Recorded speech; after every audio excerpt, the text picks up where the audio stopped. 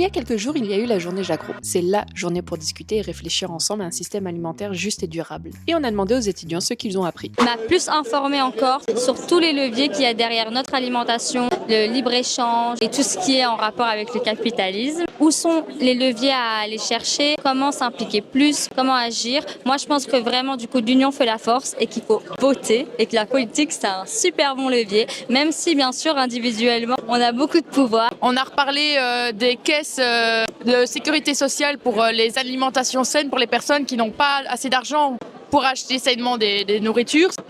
On n'a pas encore de caisse sociale près de chez moi, mais j'ai appris qu'on pouvait le faire et qu'on pouvait lancer ça avec les citoyens. On se rend compte qu'elles sont vraiment mises en retrait, que c'est beaucoup les hommes. Les hommes ont droit à reprendre la ferme, les hommes ont les outils, tout ça.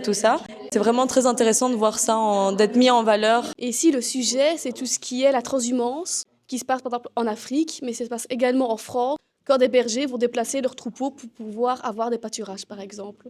Et ici, c'est intéressant parce qu'on voit les difficultés qu'ils peuvent avoir, qui est différente, par exemple, du mazout qui va aller sur une terre, un problème de maladie. Donc, c'est très intéressant de voir les avantages et inconvénients qu'il y a à ce type d'exploitation. C'est toujours agréable de venir à des événements comme celui-ci parce que ça permet d'avoir les contacts, de voir quelles sont les options qu'on a, vers qui on peut se tourner pour obtenir plus d'informations et effectivement essayer d'agir.